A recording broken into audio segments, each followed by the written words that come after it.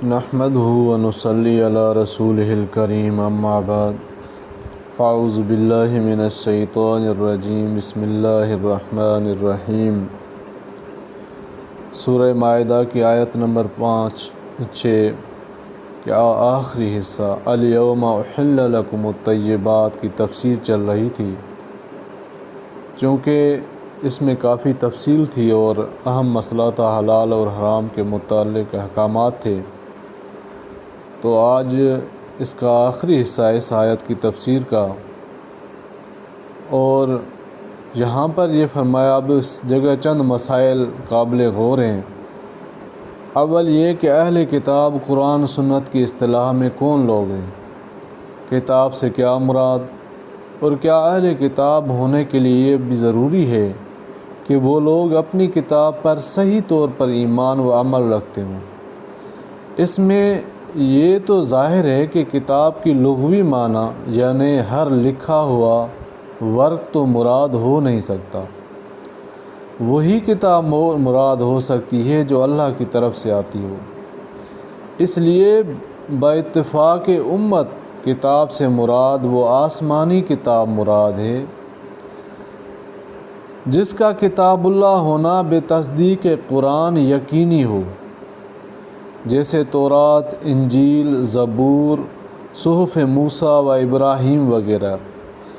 اس لیے وہ قومیں جو کسی ایسی کتاب پر ایمان رکھتی اور اس کو وحی الہی قرار دیتی ہوں جس کا کتاب پر ایمان رکھتی، جس کا کتاب اللہ ہونا قرآن و سنت کے یقینی ذرائع سے ثابت نہیں، وہ قومیں اہل کتاب میں داخل نہیں ہوں گی، جیسے مشرکین مکہ، مجوس، بت پرست، ہندو، بدھ، آریہ، سکھ وغیرہ۔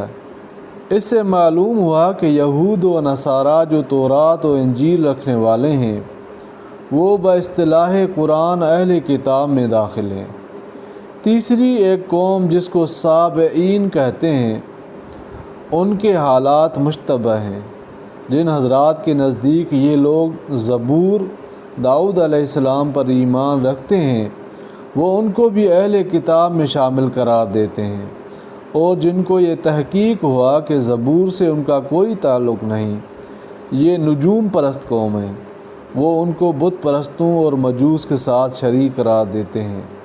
بہرحال یقینی طور پر جن کو باتفاق اہل کتاب کہا جاتا ہے وہ یہود و نصارہ ہیں۔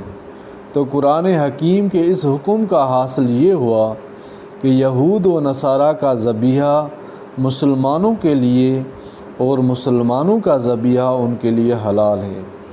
اب رہا یہ معاملہ کہ یہود و نصارہ کو اہل کتاب کہنے اور سمجھنے کے لیے کیا یہ شرط ہے کہ وہ صحیح طور پر اصلی تورات و انجیل پر عمل رکھتے ہوں، یا محرف تورات اور انجیل کا اتباع؟ تو ابھی یہ بات جو ہے وہ مشتبہ ہے، اور اس آیت کی تفصیل کا اختتام ہوا۔ اللہ تعالی عمل کرنے کی توفیق عطا فرمائے، آمین یا رب العالمین۔